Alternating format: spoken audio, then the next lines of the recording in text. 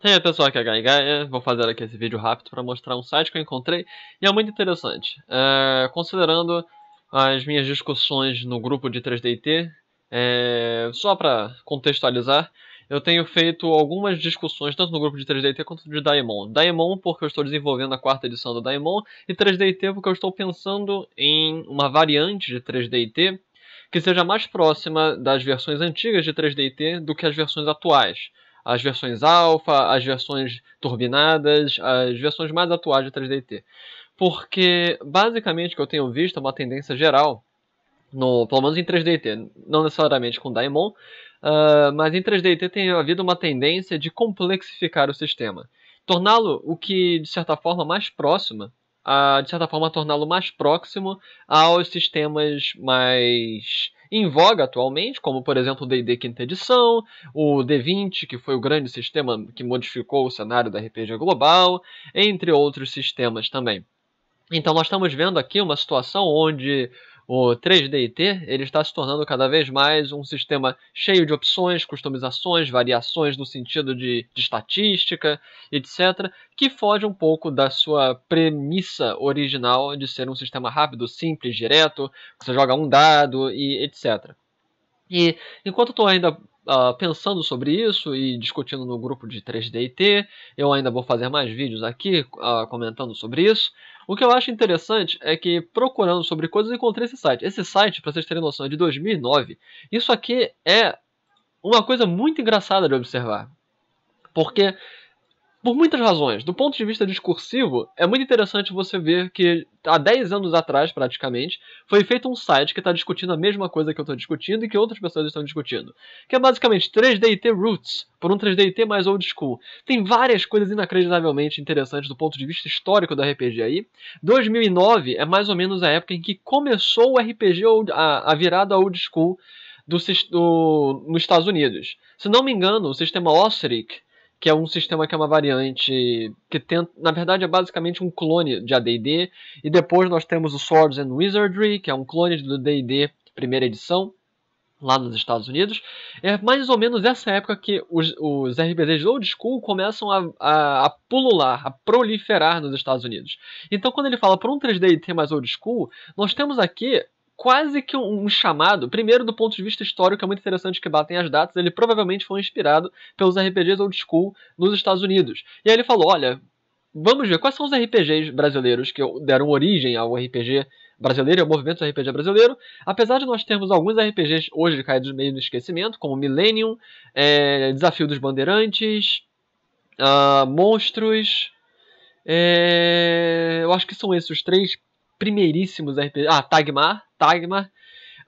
Estes primeiros RPGs, eles atualmente Tagmar ele tá com uma nova edição, então talvez ele volte para o cenário brasileiro, mas os RPGs que realmente eles modificaram, eles conturbaram, eles trouxeram o cenário de RPG para o Brasil, dentro dos próprios sistemas brasileiros, foram o 3DT e o Daemon. Primeiro o Daemon com o Arcanum e depois 3DT, que na época da DT, que veio logo, acho que em 94 ou 95, foi a primeira edição de Defensores de Tóquio.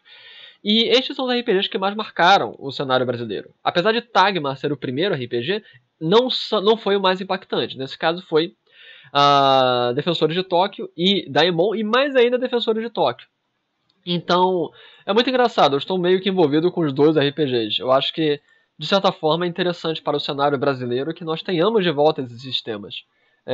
O D&T está forte com o 3DT Alpha, e o Daemon eu estou vendo se eu faço com a questão do Daemon quarta edição, que ainda está no processo beta, mas logo talvez vá está no processo alfa, talvez logo vá para o beta. Mas voltando aqui ao 3DT, isso é muito interessante observar, que uma busca, uma discussão para um 3DT mais próximo do original, mais próximo de Defensores de Tóquio primeira edição, segunda edição, é algo muito curioso. E aí nós vemos aqui uma coisa que para nós, hoje em dia, as discussões em 3DT não são as discussões que ele está fazendo nesse blog. Por quê? Na época, 2009, não existia nem o 3DT Alpha. Se não me engano, o Alpha foi só em 2012, se não me engano, 2012 ou 2014. Então, não existia o 3DT Alpha. Estávamos mais próximos das versões originais de 3DT. E mesmo assim, nós temos um cara falando: esse 3DT que vocês estão jogando é muito novo, é muito estranho. Não, nós temos que tentar voltar para o old school. É muito interessante. Que aí nós vemos discussões que a gente não faz mais. Como, por exemplo, o cara aqui está discutindo sobre se tipos de dano são relevantes. Uma regra que atualmente ninguém mais discute, a questão de tipo de dano, ele fala: você realmente precisa de tipo de dano? Isso aqui não é uma regra muito complexa, não é uma regra que não deveria. Faz alguma diferença usar a regra de dano? É muito interessante isso. Ele levanta aqui aqui são os postos que eu acho mais interessantes. Ele levanta aqui uma regra que existe em D&T, Defensores de Toque original, que é uma regra que foi esquecida. E é muito engraçado, porque ela é muito útil mesmo para jogos os jogos de supers, por exemplo. Porque essa geringonça de transformação é a ideia do personagem ter uma ficha de herói e uma ficha civil, uma ficha humana comum. E isso é muito interessante, porque você pode emular personagens como o Homem de Ferro, o Tony Stark, como o Hulk, o Bruce Banner, como todos os Power Rangers e coisas assim. É muito legal isso. É muito legal. E, por exemplo, não tem esta desvantagem em nenhum módulo pós-Defensores de Tóquio original. E tem por isso também essa regra aqui, Minions, é muito legal também, onde você usa apenas uma ficha para Minions, cada um ponto de vida representa um Minion, uma secla, um serviçal, um atacante, e você não precisa jogar para 1 milhão de criaturas pequenas e fracas. Então, nós temos aqui um blog de 2009 discutindo por um 3DT mais simples, numa época que nem havia isso que nós estamos vendo hoje, um 3DT extremamente mais complexificado. Nós temos hoje com 3DT Alpha, nós temos o manual do defensor, o manual o manual do aventureiro Alpha, nós temos o Mega City. Todos esses aí são módulos que complexificam extremamente o sistema 3DT. E, novamente, esse vídeo não é dizendo o original era melhor. Não é esse o objetivo. O objetivo desse vídeo é algumas colocações. Primeiro, eu achei muito engraçado que a discussão que nós estamos tendo hoje por um 3DT mais antigo, mais próximo do original, já existia, ou já tinham pessoas falando sobre isso.